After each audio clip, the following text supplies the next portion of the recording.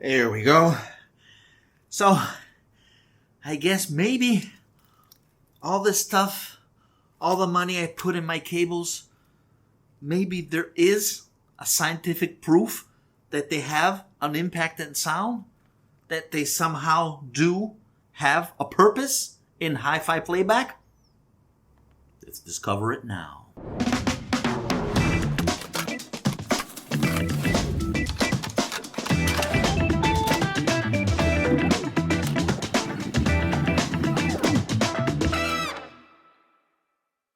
Hi guys, welcome back to Anna Dialogue.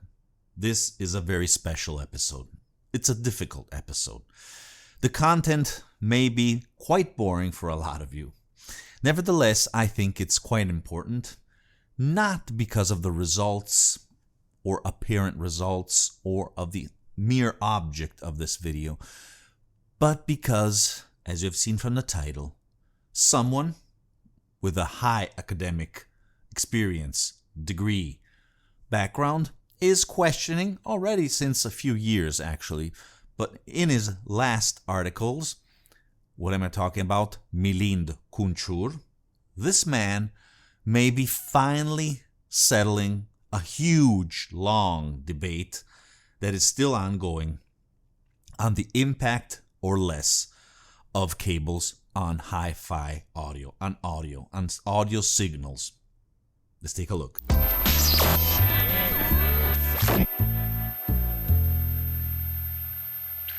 Okay guys, I know that a lot of you experts are going to grab the keyboard and start writing snake oil, terrible guy, terrible results, all wrong. Wait a moment. Yes, okay, this is controversial. This is not 100% sound, apparently. But as I said, this is something focused. This is something precise. This is a tentative of a scientific approach in understanding the impact of cables on sonics. And I already appreciate that, regardless what comes out. Because obviously there has been a lot in the past, but very unconcluding, not spot on. There's always missing a little something. A lot of times it's simply blind tests with nothing else. Instead, here we're going a step further. We're taking a look at that, but also at the electrical features of cables. And what actually attracted me is a concept that I always had on cables. Just be patient and we'll jump in. Now, obviously, I am not selling anything, and I do sense a difference between cables connected to different types of gear. So hence, I do defend this. I do think there is an impact on sound. Sometimes less present, less evident, sometimes very evident, sometimes not at all evident, not present. So already there is something explaining what's going on. A few mysteries, I think. But apart from this, I actually did a whole video on this aspect, a more personal take. If you want, here's a link to understand better what I'm saying.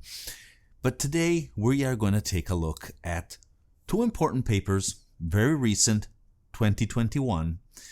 The first one actually I think was published at least 2 years before that, in 2019, and then revised, but I'm not sure. In any case, I'm telling you what I found online and what it reports. And once again, maybe the experiment, the research is not 100% solid, but I do think that something is going on. And I hope you are going to make you're gonna form your opinion and perhaps debate, those of you especially that have some knowledge in this case. I am not prepared to fully understand the literature, the research, the data presented, all the mathematical formulas. That's completely different from what I do and what I know. Okay, I do want to do this disclaimer, this premises, because before starting to explain what's fascinating about these two papers and the conclusions of this researcher, of this professor, because I do think that there is something worth it. And I hope a discussion is going to come out of this and we can interact somehow, perhaps even Professor Kunchur himself. In any case, let's take a step backward and let's try to understand what am I talking about. Okay, so the first paper is entitled Cable Pathways Between Audio Components Can Affect Perceived Sound Quality. This was published on the Journal of the Audio Engineering Society, which is a peer-reviewed journal. So, I mean, we are in a perfectly scientific context, at least that. I forgot to mention just a few aspects regarding the researcher, the professor Milind Kunchur, who is a professor at the University of South Carolina, is a Governor's Distinguished Professor and Michael J. Mungo Distinguished Professor at the University of South Carolina in Columbia, USA. He received his PhD in physics from Rutgers University, USA in 1988. And he's a fellow of American Physical Society of South California, winner of different awards. He's a member of different audio societies. I mean, he's in this world, we could say, academic, scientific, but also in the audio world. And that's why he developed this interest, which I think is rather unique because, as I was saying before, we do not have people doing this type of research on things like audio cables. I mean, that apart from people working at Nordust, AudioQuest, or whatever it is, which obviously is biased, and I'm not even presenting because otherwise you can find a lot of articles written by who is selling cables, but clearly you can't accept that, I mean, neutrally. So that's why we must rely on someone who should be neutral in this sense.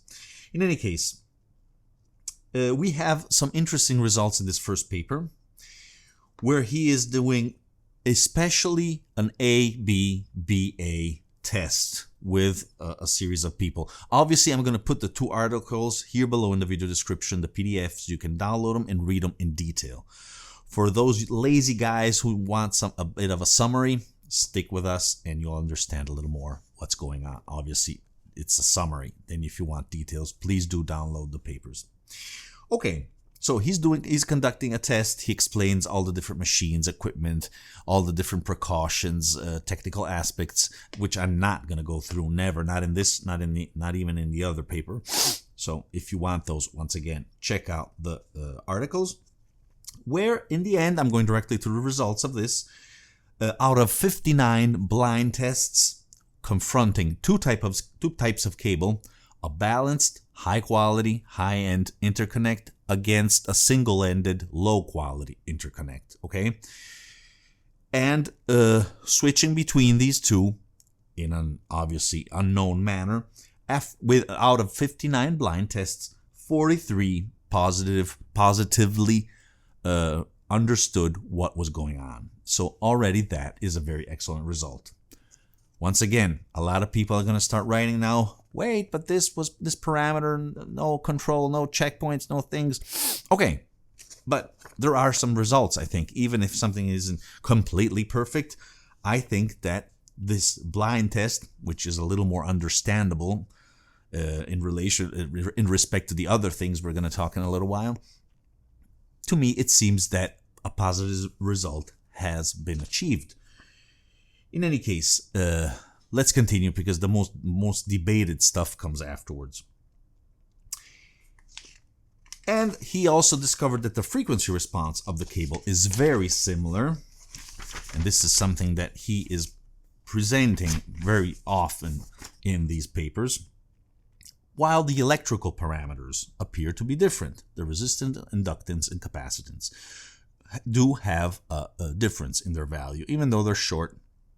But as we will see in the future paper, he is going to say that even though they are different, they aren't actually changing the sound that much. You would need, as we know, very long cables.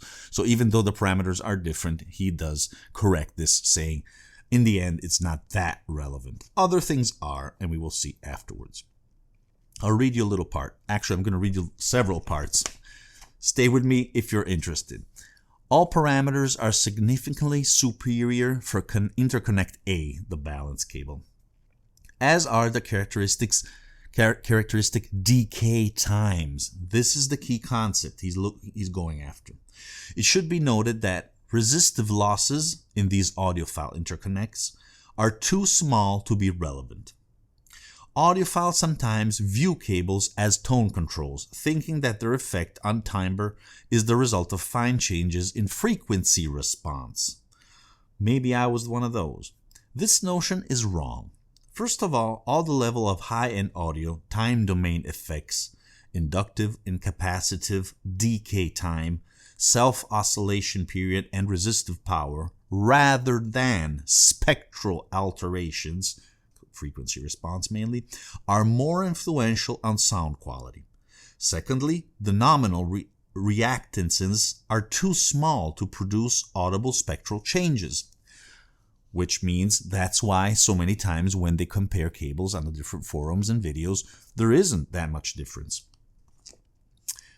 He also goes on and he focuses on noise. Since there are differences, clearly one is balance, so I think that interference is clearly much lower in A, so no question in that. But he does make a little statement which I think it's interesting. He says, in consumer-grade amplifiers, the noise level may be higher than that of cables, and that is why, in some cases, you don't pick up any differences between the pair of cables, which is something interesting, but this is just a reflection he does. There isn't any experimentation on this aspect. The conclusions of the first paper. This work shows that two system configurations differing only by the interconnect pathway are audible discernible, even by average listeners with no special experience in music or audio, even though he did inside the group, they're also musicians, different types of people. The electrical measurements conducted here indicate that noise levels may be one determining factor of sonic performance.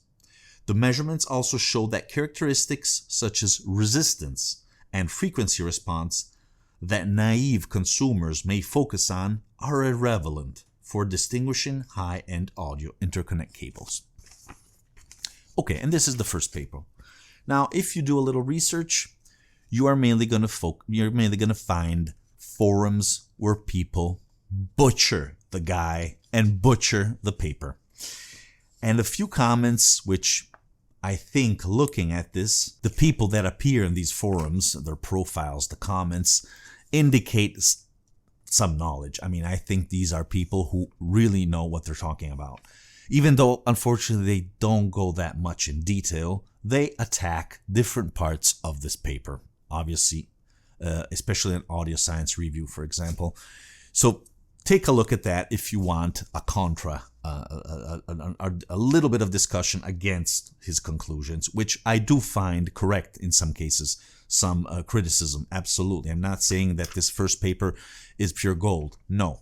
But I do think there is something interesting. But more interesting is, I think, is the second paper released, what I find, in December 2021, so just a few months ago, in a different journal, the Journal of Electronics and Communication Engineering, with an article entitled An Electrical Study of Single-Ended Analog Interconnect Cables. Because in fact, a lot of people said you should compare two pairs or more of single-ended, unbalanced cables in order to have more similar results, at least in terms of physical, equal physical characteristics.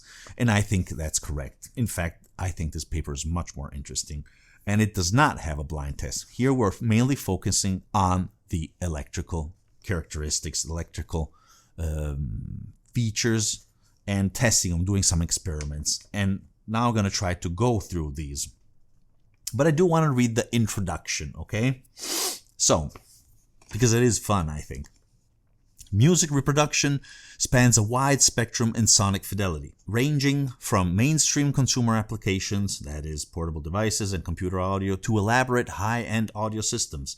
The latter typically consist of separate specialized components such as optical transports, digital to analog converters, preamplifiers, power amplifiers, and loudspeakers. Interlinking cables between these components are an inevitable necessity. The possibility that cables might affect a system's sonic performance remains a controversial and contentious subject. Indeed, because of the rarity of published research providing audibility of cables. That's the main problem. And for that matter, the audibility of any audio configuration change other than replacing the loudspeakers. Nevertheless, there is a sea of anecdotal claims by audiophiles that cables influence sonic performance, and there exists a well-established audio cable industry, obviously. Skeptics dismiss cable audibility as a snake oil claim, partially on the grounds that certain measurements, for example, of RLS, resistance, inductance, and capacitance, and FR, frequency response, do not reveal many meaningful differences between cables. True. Also, cables are viewed as non-distorting linear networks between components that can be characterized by fixed transfer functions. However, as shown here, such views of how cables operate are incomplete and incorrect. This is a claim. Okay, I'll try to give you some insight on what's going to happen here. Once again, check the article if you want to understand more what's happening of the details. These are the highlights. So he's going to test 3 cables. Obviously, I'm going to have to read, guys. There's so much stuff. He's testing 3 cables in this article. One, cable S, is a $500 audiophile cable with PTFE dielectric, Teflon, as you know, my favorite and objectively better than other types. Cable M, a $50 entry-level cable with polyethylene dielectric, and G, a $5 generic cable with PVC dielectric. So we have these 3. S and G shields are grounded at both ends, M only on one side. That's why we have a signal direction on it. So if you read his stuff, once again, it seems very precise. All the machines, all the procedures, the accuracy, the selection of software. It does seem something very scientific and correctly done. And I must admit that this paper is so new that I didn't find that much. Actually, I didn't find anything on the web criticizing it. So I hope something is going to come out from this video in the comments. So he's conducting now a series of experiments, which I'm going to very rapidly summarize and tell you afterwards at the end his conclusions. So his first experiment is in general on the electro parameters, and what I told you before comes true here now. There is difference, but there is no impact. Resistance is negligible, he says. It would need 11 kilometers of cable to have a minus 3 dB loss of power. So obviously with our normal cables, no need, no problem. The cables he is using are all 2 meters in length. Although capacitance was much worse in the G cable, which is confirmed in experiment 2. Experiment 2 is based on frequency dependence of cable capacitance. If corrected in the proper way, he says, not a single frequency measurement, it is clear that is very high. The capacitance is very high in the G cable. Why? Because the 2 wires are stick together. Clearly the capacitance is increasing a lot. The other are 2 wires that are distant from each other, which is always better. Okay, let's pass immediately to experiment 3, frequency response. In here, he claims that if analyzed closely, if you properly zoom in, there is a horizontal time shift, because he is mainly claiming in these papers that all the difference that we are sensing is connected to time domain differences, mistakes, errors, noise, okay? Not the classic frequency response, not the classic spectral indications that usually are shown also in the videos of measurements and things like that. That is something new, I think. I don't know if it's true, but it's something new. And in fact, he says the values of one and another found through this process, blah, blah, blah. There is a very very minuscule difference. I mean, it's so low, so small, the differences of these values that are practically sonically perfect, he says, that obviously these feed the skepticism against cable audibility. However, the frequency response is just a facet of electrical performance. This work shows that there are other electrical characteristics that differentiate cables that have more potential to distinguish them sonically. On audio forums, interconnect cables are sometimes viewed as frequency response equalizers. As seen here, this is impossible since the objective frequency response is essentially flat, at least for the range of interconnects tested here. However, the interconnect may still alter the subjective frequency response, that is, the timbre or tonal quality of the sound, through the other effects investigated here, as well as will be discussed in detail elsewhere. And here there's a citation to another bibliographical references, and noted in 2:10, the onset and offset transients of a note are more influential in determining timbre and the complex frequency response. Okay, he's basically repeating what I just said before. Experiment 4, transient response. In the rise and decay, that's another important thing that he is convinced is happening and that is smearing the quality of the audio. The rise and decay is not where it should be, and that creates differences, that creates issues. Analysis in the G cable performed very bad, while S once again wins over G. These are not his words. This is a short little summary that I'm telling you. If you want to know more, go and see the paper. We're going to read the paper. So in experiment number 5, he focuses on signal propagation speed, mainly concluding that insulation does alter the expected ranking. In fact, S, much better, wins over G, the worse. Obviously, this is a summarization. I'm just summarizing the different aspects. In the article, he goes in depth. He does a lot of measurements. Okay, so experiment 6, reflection sequence, similar to the above, actually. Reflection sequence shows directional dependence in interconnect M. So there is a difference of the signal bouncing back and forth. And he demonstrates why, what happens. In fact, this is mainly connected to noise, which is the main objective of experiment 7, where I'll read you a few passages here. There's a close correlation between the left and right channels because their separation is much less than RF wavelengths. Such correlated noise will intrusively image in the middle of the reproduced sound stage and tend to perceptually interfere with the musical performance. The lesson here is that left and right interconnects should be spaced far apart and not run close, and we know that already. Together, which cannot be avoided when the channels are molded together, as in the case of interconnect G. Moreover, the asymmetrically grounded interconnect M show the striking directional difference in the amount of noise that is clearly larger than its standard deviation. Okay, conclusions. The effect of cables on the sonic performance of an audio system has been a contentious subject for a few decades. The controversy is fueled in part by the paucity of journal-published blind listening tests that prove there is, at all, an audible difference. Listening tests are tricky and can easily produce both false negative and false positive results. The relevant psychology and neurology is reviewed in, and he indicates a few bibliographical references.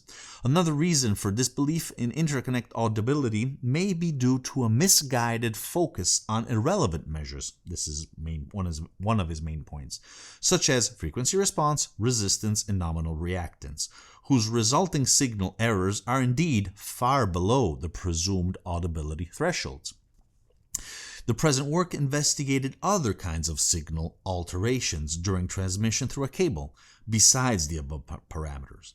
It was found that noise in some cables exists at audible levels, while the nominal reactive time constants may possibly be too short, less than 100 nanoseconds.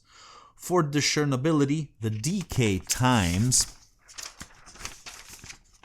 arising from non-ideal effects are not obviously negligible, more or less 1 microsecond, especially when multiple occurrences combine along the audio chain.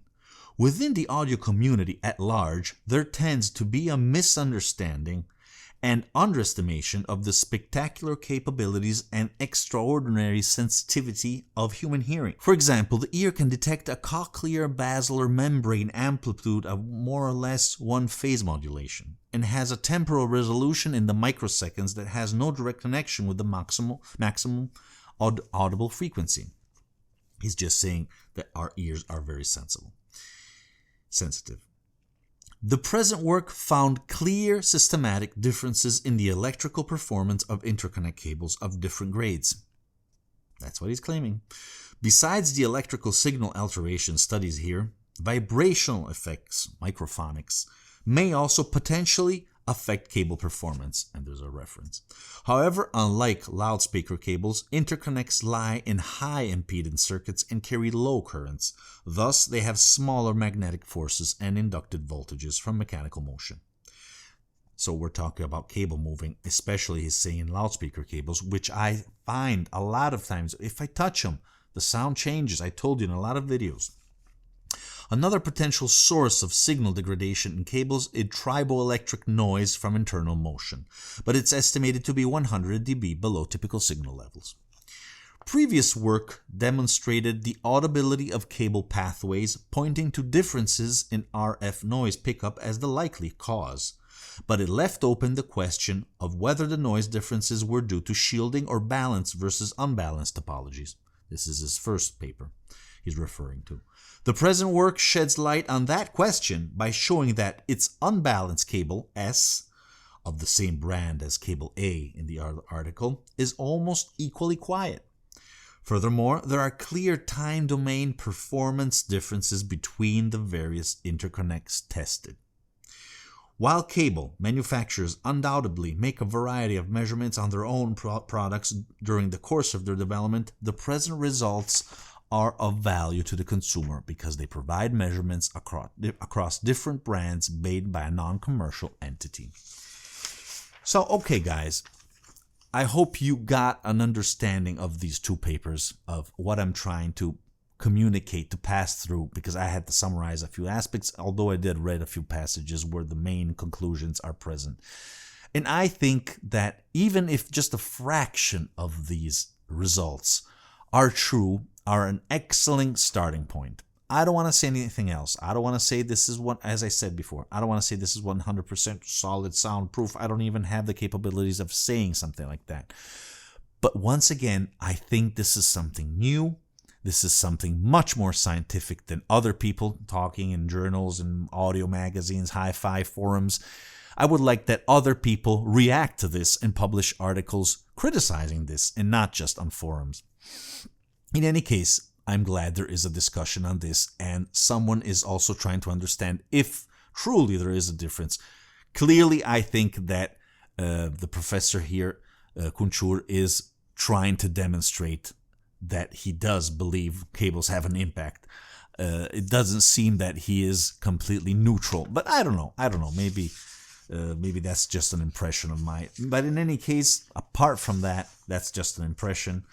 The way he conducted his experiments, at least at a minimal level, I would say there is a reliability. There is some grounded scientific approach. Nevertheless, I do want to hear your comments. So step in. Please be nice. Don't get angry, because this is a topic that inflames people. And let's try to move on, and move forward, not on, and see if we can put another little piece of this puzzle and try to understand what is happening. Because there is a debate. The debate is open. It's not settled. Thank you guys for watching, and remember, music is born analog. Well guys, if you're enjoying my videos and you're enjoying my channel, please consider to subscribe by clicking the black and white logo here below. Also, don't forget to click the notification bell so you'll never miss an episode and you will become a true member of the analog community.